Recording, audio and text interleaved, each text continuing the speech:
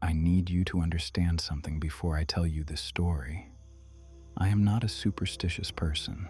I don't believe in ghosts. I don't believe in curses. I believe in maps, in fuel gauges, in the physics of a car moving through space. I believe that roads go somewhere. That is what I believed. On the night of October 14th, I drove the same 11 miles of Route 9 in Pendleton County, West Virginia, 7 times. I didn't choose to. I didn't fall asleep. I wasn't drunk. I wasn't confused. The road looped. And I wasn't the first. I was driving back from a work trip in Elkins. It was late, close to 11, the kind of late where the highway empties out and the dark between towns gets thick. Route 9 cuts through a stretch of the Monongahela National Forest, 2 lanes, no shoulders worth speaking of. Just tree line, pressing in from both sides like walls. The GPS had me on this road for about 11 miles before a junction. I remember the first landmark clearly, a collapsed barn on the left, roof caved in, one wall still standing, a single window with no glass. I noted it the way you note things when you're alone on a dark road, something to fix your position. I drove, the trees thickened, the road curved, a long, slow arc to the right, then another, then a straightaway, and then the barn. Left side, roof caved in, one wall, one empty window.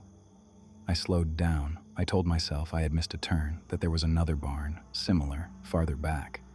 I turned around, drove the opposite direction. For about 3 minutes, then the road ended. Not a dead end, not a junction. It just stopped. Gravel bleeding into grass, forest closing in. That road had not been behind me when I started. I sat there for a long time with the engine running. Then I did the only thing that made sense. I turned around again, drove the same direction I'd been going. The barn appeared in 9 minutes. I pulled over directly across from it, got out of the car. The air was cold, colder than it should have been for October, the kind of cold that sits in your chest. I photographed the barn, noted the time, 11:34 p.m., got back in, kept driving, the road curved, the trees moved past, straight away. And at 11:43 p.m., 9 minutes later, the barn. I had not turned around. I had not made a single turn. The road had no intersections, no junctions, no loops visible on any satellite image. 11 miles of road had folded back on itself and delivered me to the same point. 4 more times. I watched the clock. 9 minutes, 9 minutes, 9 minutes, 9 minutes. The barn every single time. On the 3rd loop, I called my wife. The call connected. She answered. I told her what was happening. She heard static. Not the static of a bad signal. Something else. Something with a pattern underneath it. Like breathing. Like something that wasn't her. She called back immediately. I watched the phone ring in my hand. I couldn't answer it. I don't know why. My hands would not move toward the phone. I want to be clear. I am not someone who freezes. I handle pressure for a living. I am methodical. I am calm. I could not answer that call. The phone rang 9 times, then stopped. On the 4th loop, I tried the GPS. It showed me on Route 9, moving forward. No loop, no anomaly, just a blue line progressing normally through a road that was eating itself. I turned on every light in the car. High beams, hazards, interior light. I needed to see. I needed something to see me. There was nothing on that road. Not an animal, not another car, not a light from a house, just the trees and the dark and the barn arriving again and again like a punishment. On the 7th loop, something was different. I saw it about 4 miles in, a figure, standing at the tree line on the right side of the road, far enough back that the headlights barely touched it, just a shape, the outline of something vertical, standing completely still. I did not slow down. I drove past it. And here is the thing I have never been able to explain. In my mirror, it was facing me, not turned toward the road. Facing me, watching the car recede. I don't know how it was oriented before I passed it. I don't know if it had been there on previous loops. I don't know what it was, but something in me understood. In the way that your body understands things before your mind catches up. That this loop had a limit.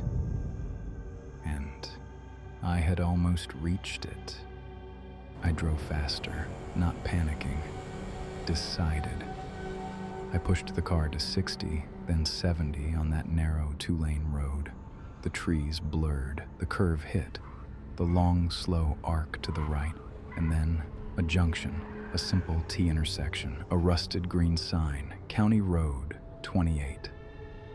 I turned left without thinking, and drove, and kept driving, and the junction did not disappear behind me. The road did not fold, the barn did not reappear. At 12:47 a.m., I pulled into a gas station in Harmon, West Virginia. The attendant looked at me. He didn't say anything for a moment. Then he said, "You come off Route 9?" I said yes. He nodded. Like that explained something. He did not ask anything else. He did not seem surprised. I bought coffee. I sat in my car until my hands stopped shaking. I drove home without stopping. I spent 3 weeks after that night looking for other accounts. What I found was not nothing. Forum posts going back to 2004. Different people, different years, same road, same description. A woman from Ohio who drove it twice before making it through. A trucker who swore he ran the loop 11 times before he stopped counting. A pair of college students in 2019 who described the same cold, the same compression of the dark, the same sense of being watched from the tree line. None of them reported a figure, or none of them admitted to it. There is one post from 2017 that I returned to. A man who gave no name. He wrote 3 sentences. I drove Route 9 in October. I counted 6 loops. On the 6th, I saw something at the edge of the trees. I did not drive a 7th.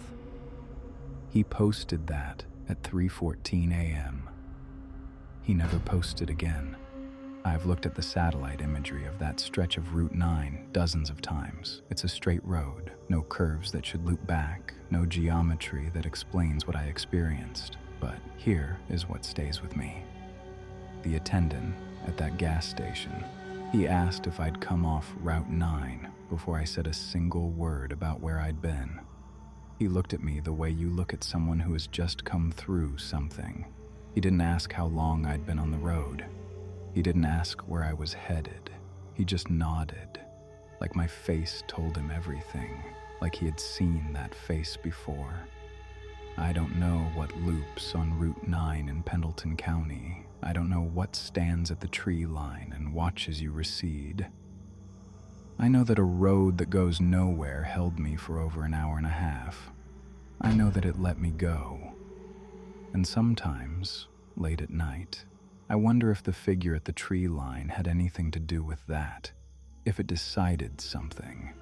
If I passed some test I didn't know I was taking. Or if I didn't. If what I think was an exit was just another loop. A longer one. One I'm still driving. If you want more stories like this, subscribe to Lore Machina. We'll see you in the dark.